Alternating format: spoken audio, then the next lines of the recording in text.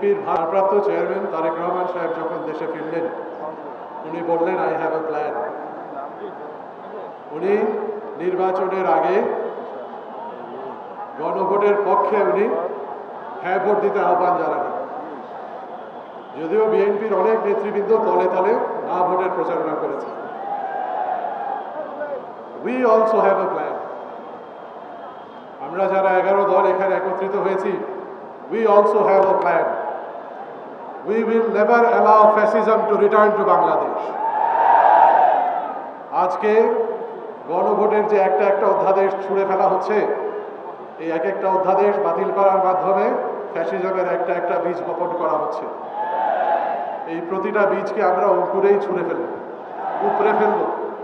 আমরা ভেবেছিলাম ফ্যাসিজমের যে শিকড় গভীরে গেছিল, আমরা উপরে ফেলতে পেরেছি। কিন্তু এখন নতুন করে গুম প্রতিরোধ কমিশনের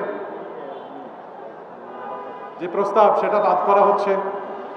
বিচারক নিয়োগ প্রক্রিয়ার সংবিধান অধ্যাদেশ বাদ করা হচ্ছে। এগুলোর মাধ্যমে একটা একটা করে ফ্যাসিজমের বীজ বপন করা হচ্ছে। এগুলো অঙ্কুরেই আমরা তুলে ফেলব। আপনারা সাথে থাকবেন।